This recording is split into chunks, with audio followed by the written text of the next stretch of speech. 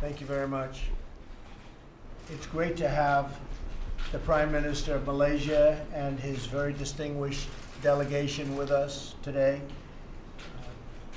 We're talking about trade, very large trade deals. We're working on one deal where between 10 and $20 billion worth of Boeing jets are going to be purchased.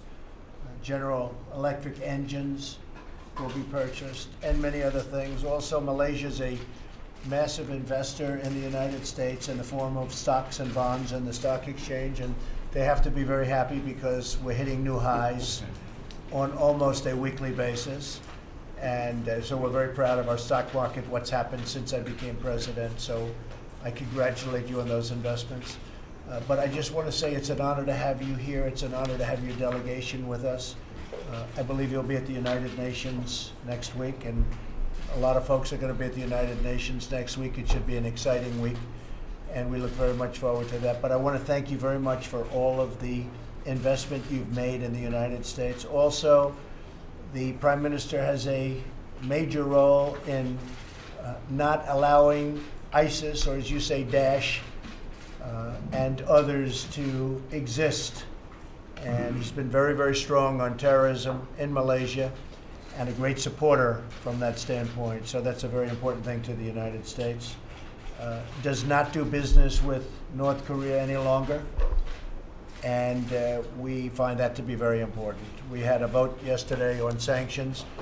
We think it's just another very small step, not a big deal. Rex and I were just discussing, not big, I don't know if it has any impact, but certainly it was nice to get a 15-0 vote, but those sanctions are nothing compared to what ultimately will have to happen. So thank you everyone for being here. We appreciate it. Mr. Prime Minister, it's a great honor to have you in the United States and in the White House. And thank you everyone for being here. Thank you very much. Thank you. Would you like to say something? Thank you very much, Mr. President, for your invitation for me and members of my delegation to meet with you at the White House. I want to say that we come here with a strong value proposition to put on the table. Number one, we want to help you in terms of strengthening the U.S. economy. I come with three specific proposals. Number one, we intend to increase the number of Boeing planes to be purchased by MAS. We are committed to 25 planes of the 737 MAX 10, right, plus 8 787 Dreamliners. And there is a strong probability, not possibility, probability that we will add 25 more 737 MAX 10 in the near future. So within 5 years, the deal will be worth beyond $10 billion.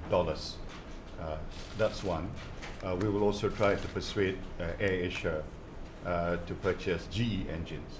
Great. Secondly, we have Employee Provident Fund, which is a major pension fund in Malaysia. They've got quite a big sum of capital to be exported.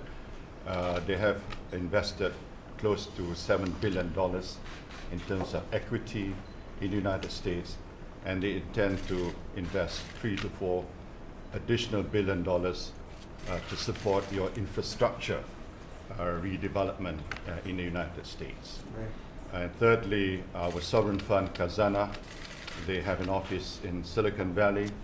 They have invested about $400 million in terms of high-tech companies, and they intend to increase that investment as well.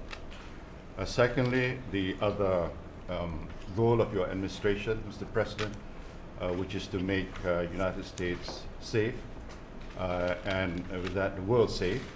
We are committed to fight Daesh, IS, Al-Qaeda, Abu Sayyaf, you name it. They are the enemy of the United States. They are also the enemy of Malaysia. And we will do our part to make sure that our part of the world is safe. We will also contribute in terms of the ideological warfare because you need to win the hearts and minds. And the key to it is to support moderate and progressive Muslim regimes and governments around the world, because that is the true face of Islam, that is the authentic face of Islam. The more you align with progressive and moderate regimes, the better it would be in terms of winning the hearts and minds of the Muslim world. Right. So, Mr. President, thank you once again. United States has always been our partner for a long, long time, and this year is our 60th anniversary of our relationship, and I hope that today's meeting will make it even stronger in the years to come. Well, thank you very much, Mr. Prime Minister. Appreciate it. Thank you very much. Thank you, everybody. Thank you. Thank you.